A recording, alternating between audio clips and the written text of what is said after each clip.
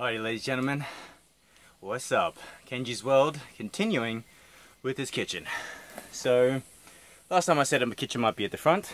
I decided to move it here for now. I've already semi-leveled it with some blocks. Not perfect, it's okay for now. Now, I've got the grease trap under here, which I'll need to finalize with some angle.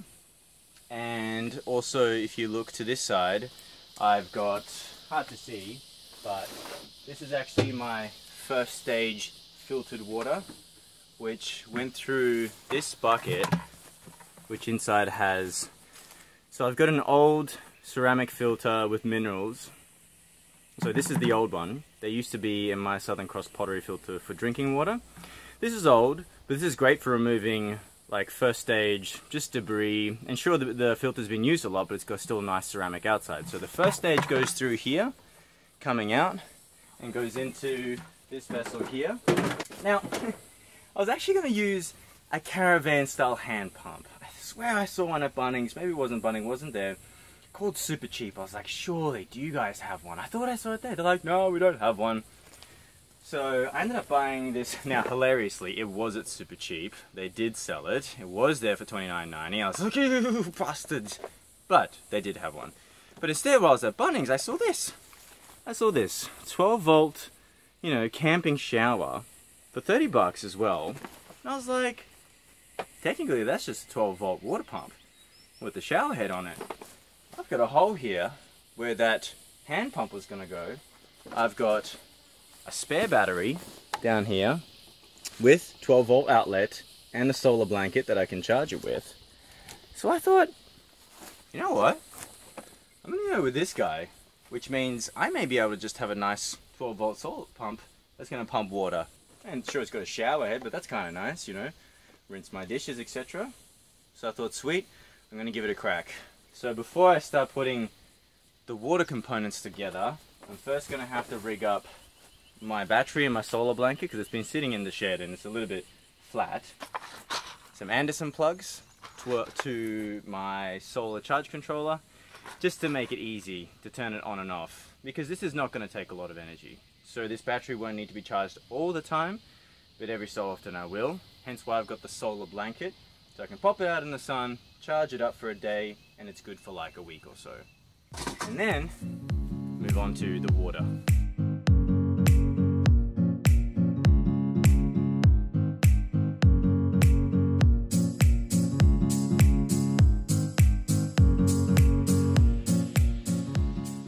And so now I'm just going to plug in the blanket, give the battery a bit of charge, and start working on the water components of it all.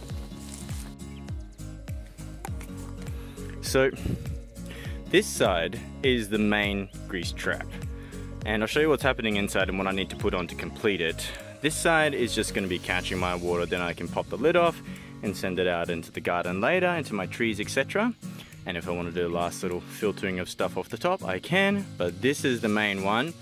And you can do multiple stages to really keep clearing that water. But for now, just because of my space, because I've tried to design it to sit under the sink, this is what it is. So inside here, I've got the water. It's coming out. I'm going to attach a bit of shade cloth to this to be able to catch the first stage of maybe food debris that comes out. And I can just take it off and get rid of that as well. But this one is a little bit lower than this side, and what I need to attach to it is this angle here. I'm just gonna go on right there, and so now the water level is gonna be coming up from underneath that pipe there. So when all this water goes in, grease, you know, food, etc., will float on top of the surface, and then clean water is going to keep filtering in there. So that's how from here I can catch it, scoop it, and clean it. And like I said, if I want to scoop it out from here as well before I take it out, it's another stage of cleaning I can do. So when I'm removing this water, it's going out into the garden with minimal waste, and hopefully my waste goes into the worm farm or a compost to get rid of it properly. So as I mentioned, the top part here was first stage filtration. Goes down into, and this was an old Powerade, you know, drum I found on the side of the road, and that is then going down into this bucket, as you can see with the hose, and this grey hose here is the 12-volt shower, and that's the power. Turn it on and off. You can see the battery underneath. And the great thing about that is now I have this single battery source that I obviously will use for the water pump slash shower. But now I may be able to attach some lights into this gazebo area so that this can be lit and coming off of this 12-volt system here, because it also has another 12-volt output. And now this bench top here that's on the ground is going to be lifted. We're going to attach the legs. You can see I've got a bunch of timber cut over there, which I'll show you shortly, and we'll have kitchen and bench top up and running. So here I've got some materials that I've cut and prepared earlier. I was using the drop saw. So I've cut all my pieces. I've got my legs, I've got bracing, and once these are put together, it's going to look like this. And that is going to get attached to this underside of this steel bench. Now this one here, the reason why I'm using this design is because I actually bought this. This has ply. It's just wrapped around a piece of timber. At the beginning I was pretty bummed about it. I wasn't making the best rational decision or purchase about this. I think I overpaid for it as well. But I was like, look, I'll utilize it, make it easier for myself, and I'm just going to screw straight into this without having to, I guess, fiddle around with screwing into steel. So I've got the ply that I can attach to, and then I've got some long pieces that are going to be the bracing timbers that go from leg to leg. And I've got a bucket of blocks there because obviously you can see it's not flat here. So I'm just going to chalk it up, make it as roughly level as I can. And I've got some very simple 50mm screws here for treated pine. And this is quite soft timber, so I'm not going to need to pre-drill, so I've just got the impact drill here straight in. So, a foolish endeavour. I'm getting a bit of splitting, so I'm going to go up, grab a drill bit, be back down.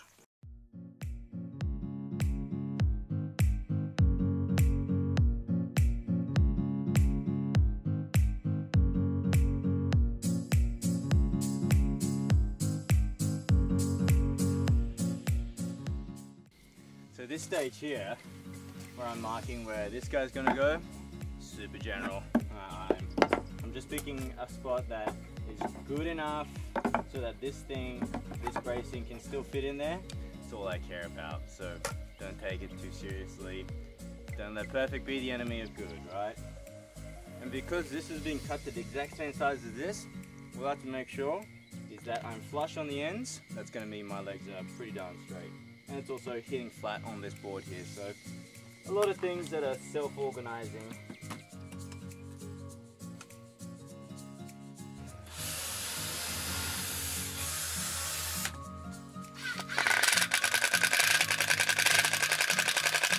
I'm just letting a little bit of that tip poke out. I can pop it in there. I don't need to really be, fussing about lining it up. Screw it on.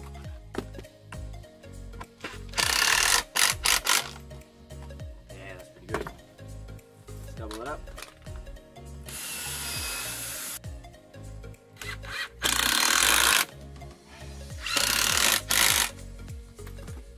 And now we can put our cross bracing on that I have already pre-cut. I've given a little bit of clearance either side. The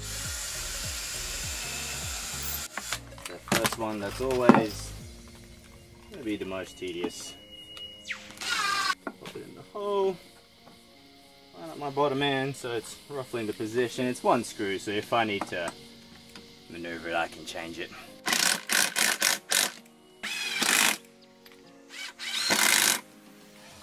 Sometimes you're looking for specificity. Sometimes you want it, you want it to be really on point. But sometimes you just want it done. You just want it done. Because then you get to enjoy it. And that's more the joys than having a perfect thing, in a sense. Down this hole, beautiful. Another hole. Another hole. Mate, look at that. That took... Just get legs on, that really didn't take that long. That's it.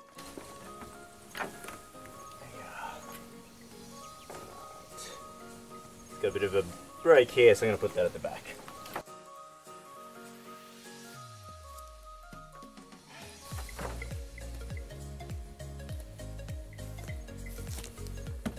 So pretty much that's what it is. That's all I want for the bench.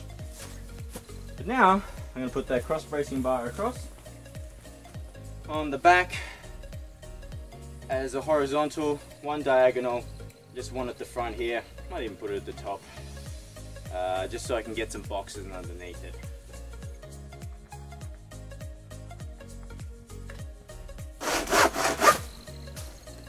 And always when you're using hand tools, just don't forget to relax. Relax. Let the tool do the job. You're guiding it.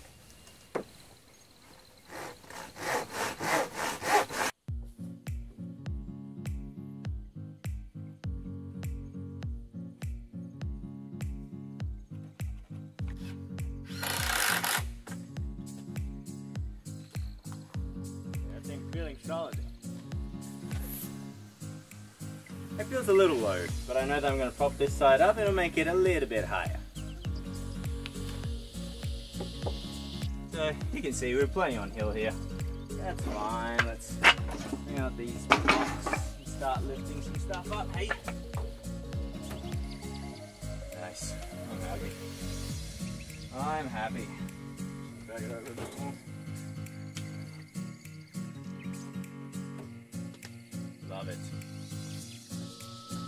Alright, I got a top of my Southern Cross filter, the other one that's my drinking water, so let's just see the sink in action. So here's the switch for the shower head, which I'm using as my sink tap. So all I got to do, I'm going to fill this on up to connect to the water, turn it on. Oh, how good! Turn it off, hangs out. Boom!